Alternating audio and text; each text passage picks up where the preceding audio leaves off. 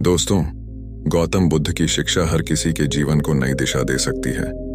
अगर आप भी इसे मानते हैं तो कमेंट्स में नमो बुद्धाय लिखना मत भूलिए।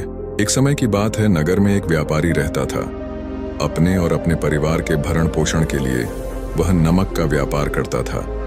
उसके परिवार में पत्नी और 2 पुत्र थे। व्यापारी के दोनों पुत्रों का स्वभाव बिल्कुल अलग था। जहां एक और बड़ा पुत्र बहुत ही संकोची और शर्मीले स्वभाव का था, उसे किसी से बात करने में भी शर्माती थी।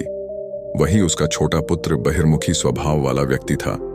वह किसी से भी अपनी बात कहने में कभी संकोच नहीं रखता था। लोग अक्सर बड़े पुत्र को भोला और बेवकूफ समझते थे।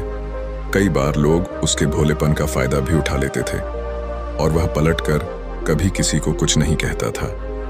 व्यापारी अपने पुत्र के इस स्वभाव के कारण बहुत अधिक नाराज होता था। बातचीत न कर पाने और शर्मीले स्वभाव के कारण व्यापारी ने कई बार अपने पुत्र की पिटाई भी कर दी थी। हालांकि इस वजह से उसके पुत्र का स्वभाव सुधरने के बजाय और भी खराब हो गया। बचपन से ही बड़ा पुत्र बेहद परेशान रहने लगा था। उसके अंदर आत्मविश्वास की कमी हो गई थी। परीक्षा में वह आते हुए प्रश्नों के उत्तर भी अपने डर के कारण नहीं लिख पाता था। इस कारण उसकी शिक्षा भी ठीक ढंग से नहीं हो पाई। बड़ा पुत्र जब युवावस्था को प्राप्त हुआ, तब व्यापारी ने उसे अपने साथ व्यापार में हाथ बटा को कहा। अपने पिता से डर के कारण वह व्यापार करने को तैयार हो गया, किंतु वह कई बार ऐसी गलतियां कर देता था जिससे व्यापारी बहुत अधिक नाराज हो जाता था। एक दिन व्यापारी किसी दूसरे काम के कारण शहर गया हुआ था। उस समय उसकी दुकान पर बड़ा पुत्र बैठा हुआ था। तभी कुछ लोग आए और उन्होंने बड़े पुत्र से कहा कि हमें तुम्हारे पिता ने भेजा है। उनका यह संदेश है कि इस समय दुकान में नमक की जितनी बोरियां रखी हुई हैं, वह सब हमें दे दो। उन्होंने नमक की सभी बोरियों को शहर मंगवाया है। व्यापारी का पुत्र उनसे प्रश्न पूछने की हिम्मत जुटा ही रहा था कि वे दोनों आदमी दुकान के अंदर घुस गए और दुकान में जितनी भी नमक की बोरियां रखी थीं, सबको तांगे में रखा और लेकर चले गए।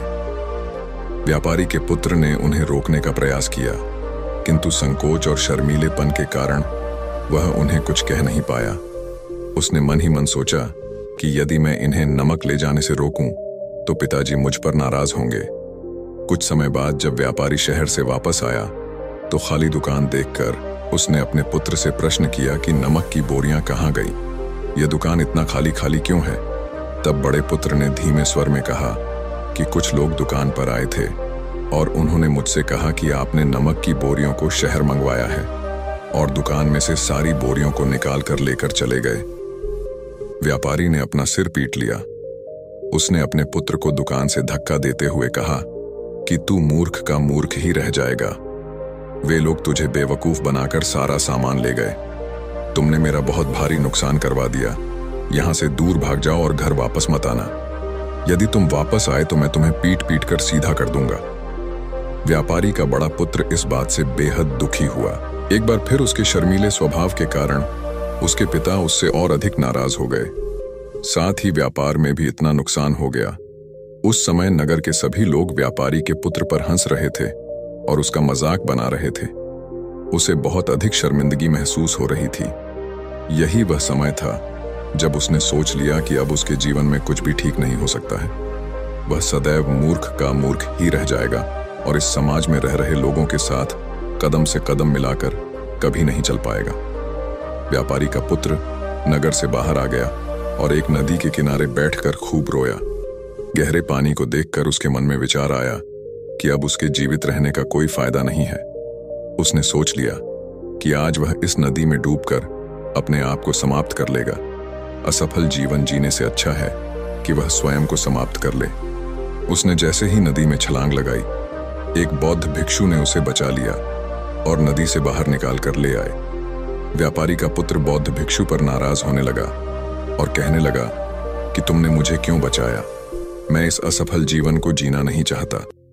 बौद्ध भिक्षु ने उसे समझाया कि जीवन एक ही बार मिला है और यदि तुम जीवित ही नहीं रहोगे तो असफलता को खत्म करके सफल कैसे बनोगे? तब व्यापारी के पुत्र ने कहा कि मेरे जीवन बहुत अधिक समस्याएं हैं। यह सभी समस्याएं मेरे संकोची और शर्मीले स्वभाव के कारण हुई है। मैंने अपने पिता का नुकसान करवा दिया। मैं एक अच्छा पुत्र नहीं हूं। अपने स्वभाव के कारण मैं शिक्षा ग्रहण भी नहीं कर सका। यह सारा संसार मुझे मूर्ख समझता है। क्या किसी मूर्ख को इस संसार में जीने का अधिकार है? तब बौद्ध भिक्षु ने कहा कि तुम्हारे इस प्रश्न का उत्तर तो मेरे गुरु ही देंगे। चलो, मैं तुम्हें मेरे गुरु से मिलवाऊं। व्यापारी के पुत्र ने कहा कि वह किसी से बात नहीं करना चाहता। आज वह अपना जीवन समाप्त कर लेगा। किंतु बौद्ध भिक्षु के बार बार समझाने के बाद वह उनके साथ जाने और उनके गुरु से मिलने के लिए तैयार हो गया। बौद्ध भिक्षु व्यापारी के पुत्र को आश्रम की ओर लेकर गए। वहां पर व्यापारी के पुत्र ने देखा कि एक व्यक्ति पेड़ के नीचे ध्यानमग्न बैठे हुए हैं। तभी बौद्ध भिक्षु ने कहा कि यह हमारे गुरु गौतम बुद्ध हैं। दोनों ने गौतम बुद्ध को प्रणाम किया। वह युवक वहीं पर बैठ गया और गौतम बुद्ध को देखकर रोने लगा। गौतम बुद्ध ने उससे उसके रोने का कारण पूछा। तब उसने कहा कि अब आप ही मेरी आखिरी उम्मीद है। यदि आप मेरी समस्या का समाधान नहीं करेंगे तो मेरा यह जीवन समाप्त हो जाएगा। गौतम बुद्ध ने व्यापारी के पुत्र से उसकी समस्या के बारे में पूछा। तब उसने बताया कि किस प्रकार वह बच से ही शर्मीले और अंतर्मुखी स्वभाव का है। इस कारण लोग उसी से मूर्ख समझ लेते हैं और उसके पिता भी उससे प्रेम नहीं करते। तब गौतम बुद्ध ने युवक को शांत कराते हुए कहा कि मेरे पास तुम्हारी समस्या का समाधान है। तुम्हारा जीवन बहुत ही आसान हो सकता है। तब युवक ने कहा कि क्या सचमुच ऐसा हो सकता है? आप बहुत ही महान व्यक्तित्व प्रतीत होते हैं। आपके तो कई शिष्य हैं। हे गुरुदेव, मैं भी आपका शिष्य बनना चाहता हूं। क्या आप मुझे अपने शिष्य के रूप में स्वीकार करेंगे? गौतम बुद्ध ने कहा कि हाँ, अवश्य। युवक ने कहा कि ठीक है गुरुदेव, अब मुझे वह उपाय बताइए जिससे कि मेरा जीवन बदल जाए। गौतम बुद्ध बोले, किंतु उससे पहले तुम्हें मेरे कुछ महत्वपूर्ण कार्य करने होंगे। यदि तुम मेरा यह कार्य करो तब मैं तुम्हें कुछ ऐसे उपाय बताऊंगा जिनके कारण तुम्हारे जीवन में सब कुछ ठीक हो जाएगा और तुम्हारे पिता भी तुमसे प्रसन्न रहेंगे। गौतम बुद्ध ने उस युवक को कहा कि आज से 3 दिन बाद मैं तुम्हें ऐसे उपाय बताऊंगा जिससे तुम्हारा जीवन बदल जाएगा। किंतु 3 दिनों तक तुम्हें मेरे सभी कार्य करने होंगे। मैं जैसा जैसा कहूंगा, यदि तुम वह कार्य को करने में सफल रहे तो तीसरे दिन के बाद तुम्हारा जीवन बदल जाएगा। तुम्हारा पहला दिन कल से शुरू होगा। अभी जाओ और आश्रम में ही आराम करो। अगले दिन व्यापारी का पुत्र गौतम बुद्ध के पास पहुंचा और कहा कि हे गुरुदेव, मुझे पहले दिन का कार्य बताइए। तब गौतम बुद्ध ने कहा कि आज तुम्हें 10 अजनबी व्यक्तियों से बातचीत करनी है और उनका हाल जानना है। इसका लेखा जोखा शाम तक लेकर आना। व्यापारी के पुत्र को बड़ा ही संकोच महसूस हुआ, किंतु उसने गौतम बुद्ध को हाँ कह दिया। वह निकल पड़ा। 10 अजनबी लोगों से बातचीत करने शुरू में उसे बहुत अधिक संकोच हुआ। कई लोग तो डांट कर भगा देते थे। उसके सामने अपना जीवन बदलने का यही एक उपाय था। आखिरकार कोशिश करते हुए उसने 10 अजनबी लोगों के नाम और उनके व्यापार का लेखा जोखा प्राप्त कर लिया। शाम को जब वह गौतम बुद्ध के पास पहुंचा तो प्रसन्नता के साथ उसने गौतम बुद्ध को बताया कि आज का कार्य उसने सही ढंग से पूरा कर लिया है। कुछ लोग तो उसके मित्र भी बन गए हैं। दूसरे दिन फिर वह युवक गौतम बुद्ध के पास पहुंचा। तब गौतम बुद्ध ने कहा कि आज का कार्य है, तुम आश्रम में रह रहे 10 शिष्यों को संबोधित करते हुए उन्हें जल के उपयोग के विषय में पढ़ाओ। गौतम बुद्ध की बात सुनकर व्यापारी का पुत्र हक्का बक्का रह गया। उसने कहा कि आप मुझसे किस प्रकार का कार्य करवा रहे हैं? मैं अपनी शिक्षा ठीक से पूरी नहीं कर पाया हूं। मैं यह कार्य नहीं कर पाऊंगा।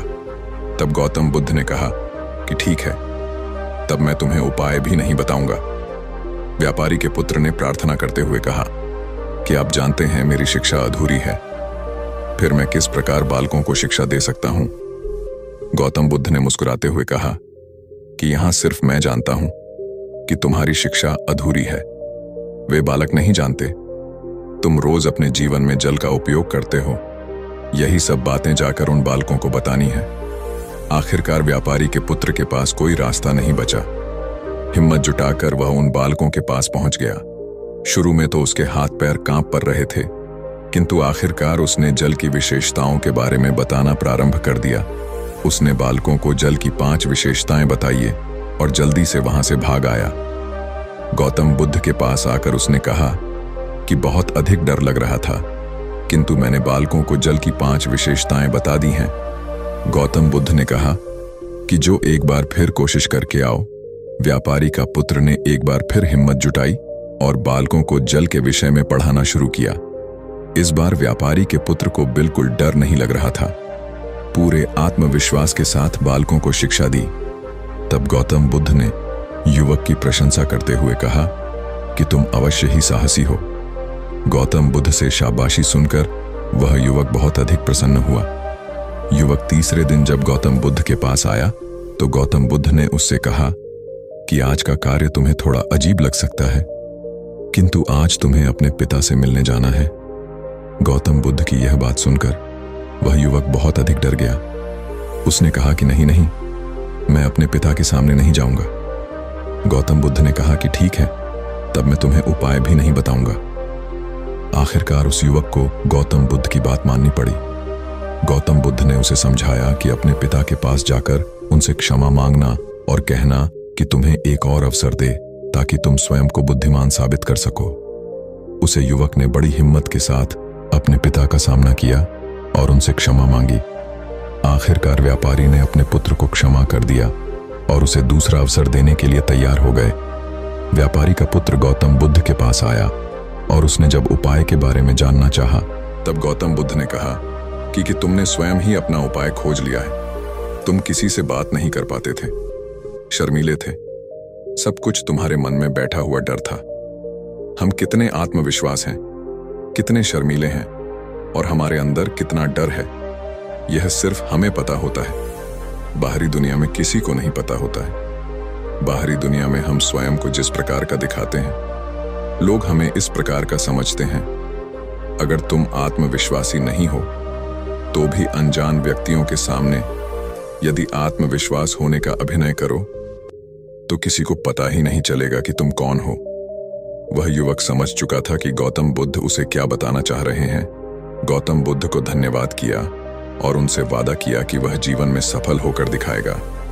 दोस्तों, ये पोस्ट पसंद आई हो और आपके आसपास भी कोई ऐसा शर्मीला और संकोची स्वभाव का व्यक्ति है तो उसे यह पोस्ट जरूर शेयर करें ताकि उसकी सहायता हो सके।